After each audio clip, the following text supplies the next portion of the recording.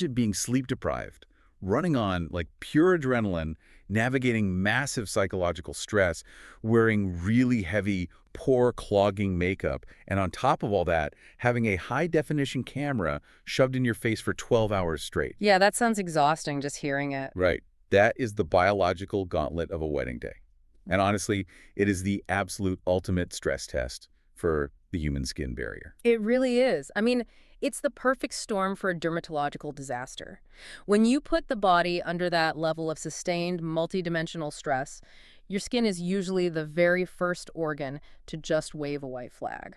Which perfectly brings us to our mission for today's deep dive. We are exploring a fascinating, incredibly detailed guide from the wellness and skincare section of the Weddizer website. Oh, they have some great material on there. They really do. Yeah. Honestly, if you use the Weddizer website for skincare and wellness purposes, you already know you can find exactly how to glow. You'll get so much practical guidance through the article section on their website related to this specific niche. Absolutely. So today, we're decoding one of their really standout pieces. It's called Hydration Hacks for Brides. And I want to pause right here and look directly at you, the listener. Even if you're not walking down an aisle anytime soon, stick with us. Yeah, because the word bride in the title is really just a proxy, Yeah. It's for anyone facing a high-stakes scenario. Exactly. Whether you are prepping for a massive presentation at work or trying to look somewhat alive after a grueling week of travel, or, I don't know, you just want to seriously level up your daily self-care, the biological principles remain identical. That is the magic of this Weddizer guide. It maps out exactly how to achieve that plump, radiant skin, moving completely away from the old-school mentality of just covering up our problems. Right, the whole camouflage approach. Yeah. Yeah. You know that instinct where if a wall in your house is scuffed, you just buy a can of paint, roll it on, and pretend the scuff isn't there? Yeah. We do that with concealer and highlighter. We try to literally paint on radiance. Which never actually works in the long run. No, it doesn't. But this guide completely shatters that paint-the-wall approach. Okay, let's unpack this. So the entire philosophy anchoring this Weddizer guide is that you simply cannot fake a glow. What we perceive as a glow is fundamentally an inside-out job. An inside-out job, I like that. Yeah, and the engine driving that job is proper cellular level hydration. When the skin is properly hydrated, you are actually altering its structural integrity. Okay, wait, what does that actually mean mechanically? Well, it improves elasticity, increases firmness, and physically plumps up the cells to smooth out fine lines and, dry patches. I was actually thinking about how to visualize this, and it reminds me of a deflated air mattress. Oh, that's a good one. Think about trying to put a tight fitted sheet over an air mattress that has lost half its air. The sheet wrinkles, it sags in the middle, bunches up in the corners. Right, because there's no tension. Exactly. If you try to smooth foundation over dehydrated skin, it does the exact same thing. It just pools in the microscopic crevices. But if you fill that air mattress to full capacity, pump it full of air, or in our case, water, it creates this immense structural tension. And the surface becomes completely tight and bouncy. Yes. Now the fitted sheet glides on perfectly. So what does this all mean for the long-term health of our skin versus just a quick cosmetic fix? What's fascinating here is that mechanical stress is actually a primary driver of premature aging. Wait, really? Just the mechanical movement? Yeah, when your skin cells are constantly operating in a dehydrated state, they become brittle. The fibroblasts, those are the cells responsible for producing collagen and elastin, are suddenly operating in a harsh drought-like environment. So they basically stop working properly. Exactly. That physiological stress accelerates the breakdown of the very proteins that keep our faces from sagging. So by maintaining that plump, hydrated state, you aren't just creating a smooth canvas for makeup today, you are actually preserving the skin's structural resilience against the aging process for tomorrow. That is huge. So if radiance is a structural reality and it starts from within, let's dig into the internal hydration hacks the Weddizer article lays out, because I'll be honest, this section completely shifted my perspective. The diet aspect of it. Yes. It turns out you don't just drink your water, you have to eat your water. Right. Well, the guide establishes the absolute baseline first, which is to drink 8 to 10 glasses of water daily. But the critical caveat it adds is how you consume it. You have to spread it evenly. No chugging. Which is so hard to remember. I'm totally guilty of realizing at 4 p.m. I haven't drank anything and then just downing a giant bottle. We all do it. But your kidneys can only process a certain volume of liquid per hour. If you chug a massive water bottle all at once, Your body simply flushes the excess out. So you aren't actually hydrating your tissues. Not at all. You're just creating extra trips to the bathroom. Good to know. Yeah. The guide also recommends adding lemon, cucumber, or mint for flavor and detox benefits, which definitely makes sipping consistently a lot more manageable. Oh, absolutely. And it specifically warns against the dehydrating saboteurs we all lean on: caffeine, soda, energy drinks. Yeah, because those are potent diuretics. They trigger your kidneys to expel sodium and water, actively pulling moisture out of your systemic circulation. So if you're drinking 3 cups of coffee just to survive a stressful week, You are operating at a hydration deficit before you even start your day. that is terrifying. To counter this, the Weddizer guide emphasizes eating water-rich foods. Things like watermelon, cucumber, oranges, strawberries, lettuce. So you get the hydration plus the essential vitamins. And the article also talks about boosting electrolytes naturally with coconut water, bananas, and yogurt. Right, because electrolytes are essentially the mineral managers that direct the water into your cells and tell it to stay there. Rather than just flushing through your digestive tract. But okay, here's where it gets really interesting. Yeah, I was reading through this incredible list of hydration hacks on the Weddizer site, nodding along with the water and the watermelon. And then it tells me to eat healthy fats, omega-3s, salmon, walnuts, flax seeds. Ah, yes. The lipid barrier. Wait, we are talking about hydration, which is water. Why on earth is this wellness guide telling us to eat fatty foods like salmon to stay hydrated? If we connect this to the bigger picture, the biological mechanism makes perfect sense. Think about your skin as a vast internal reservoir of water. Okay, a reservoir. You are drinking your 8 glasses, you are eating your cucumbers, you are filling up that internal reservoir, but the very top layer of your skin is exposed to the atmosphere. Right. When water is exposed to dry air, it undergoes transepidermal water loss. It literally evaporates right out of your skin tissue and into the room. Like leaving a glass of water on the counter for a week? Mhm. Eventually the glass is just empty. Precisely. It's the exact same physical process. This is where the healthy fats become mandatory.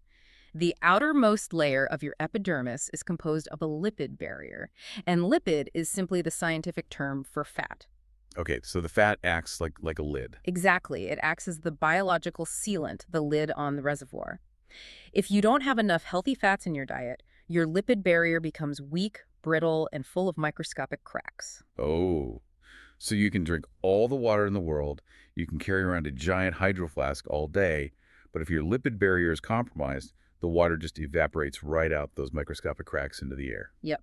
The omega-3s from the salmon, the walnuts, and the flax seeds act as the raw building blocks for that lipid barrier. They patch the cracks. That makes so much sense. They build a strong, flexible, impermeable seal that locks the internal moisture inside the dermis where it belongs. You absolutely need the water to fill the mattress, but you critically need the fats to seal the mattress so it doesn't leak. Wow, that fundamentally changes how I view the relationship between diet and skincare. So we've filled the reservoir from the inside with water, and we've reinforced the biological seal with healthy fats. Now we shift to the outside. The fun part. Exactly. The Weddizer article goes into significant detail on external hydration hacks, specifically the strict art of layering products.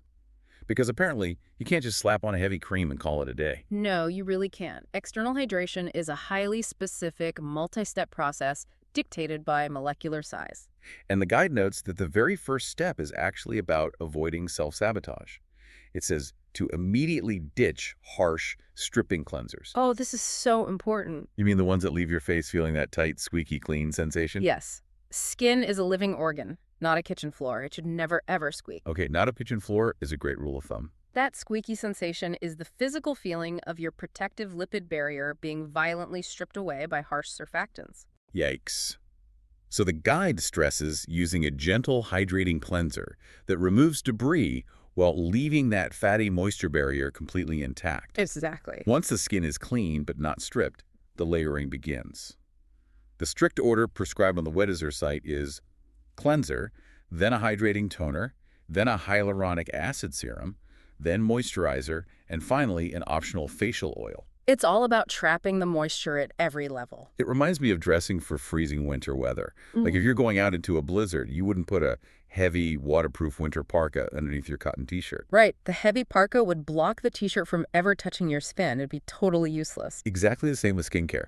You need layers in the right order to trap the moisture. The hydrating toner is your base layer, like a thermal shirt. It has a tiny molecular weight, so it sinks in immediately and preps the skin. Then comes the hyaluronic acid serum. The Weddizer guide highlights this as the ultimate powerhouse ingredient. That's your insulating sweater. Then the moisturizer, and maybe the facial oil, is the heavy winter coat that seals all the previous layers underneath it. That is a brilliant visualization, and it's really worth diving into how hyaluronic acid actually functions as that insulating sweater. Please do, because it's in everything nowadays. It is. So it is a humectant, meaning it acts like a molecular magnet.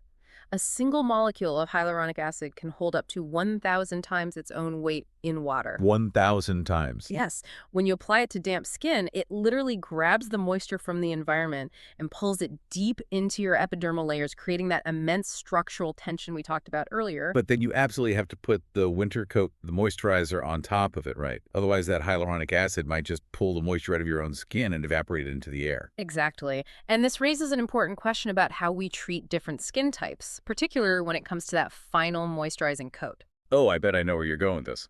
The source material makes a point that frequently shocks people. Even severely oily skin needs a daily moisturizer. Yeah, I can hear the pushback on that right now. If your face is already slick and producing too much oil, adding a moisturizing cream feels like pouring gasoline on a fire. It feels wrong because the beauty industry has trained us for decades to aggressively dry out oily skin. But the biological reality is often a paradox. How so? Oily skin that is constantly breaking out is frequently just desperately dehydrated skin that is overcompensating. Wait, so the skin realizes it is lacking water, panics, and tries to fix the problem by dumping out oil. Exactly. When the skin's sensors detect that it is fundamentally dehydrated, meaning it lacks water, not oil, the sebaceous glands go into absolute overdrive. Trying to create a feel. Yes, they pump out massive amounts of oil, desperately trying to create a thicker barrier to stop whatever little water is left from evaporating. And then we use a harsh toner to wipe away that oil. And the skin panics even more. It thinks the barrier is gone again, pump out more oil.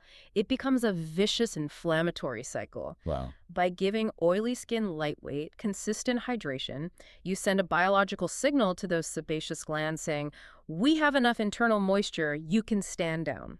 So the breakouts and the midday slickness could literally be your skin screaming for a glass of water and a gentle lotion. Absolutely. And this ties directly into the specific mistakes the Weddizer guide warns against. Over-exfoliating is massive. Oh, let's scrub it away mentality. People think they need to aggressively scrub away the dull surface to reveal the glow underneath.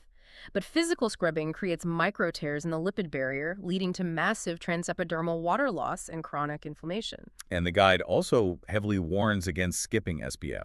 I assume because sunburn is obviously bad. Well, yes, but specifically, UV radiation doesn't just cause burns. It physically degrades the hyaluronic acid naturally present in your skin, leaving it chronically dehydrated. Ouch.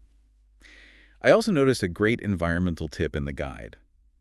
They recommend using a humidifier in your bedroom, especially if you live in a dry climate or use central heating. Oh, that makes a huge difference. Yeah, because if the air in your room is bone dry, the atmosphere is going to aggressively suck the moisture right out of your face while you sleep.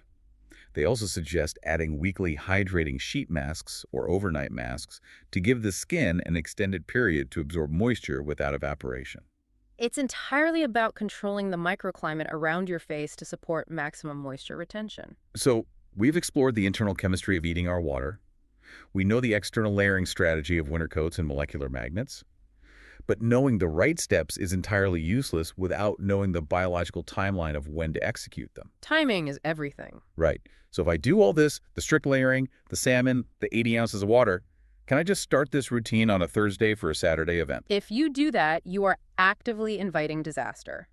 Consistency requires a biological runway. The Weddizer timeline essentially turns into a highly literal project management guide, because it is mapped directly to human cellular biology. That's the best way to describe it. The timeline starts 3 to 6 months out.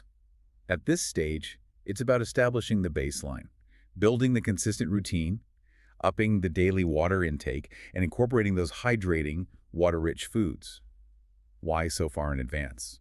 Because your skin isn't just a piece of dead fabric you are washing, it is a constantly regenerating organ.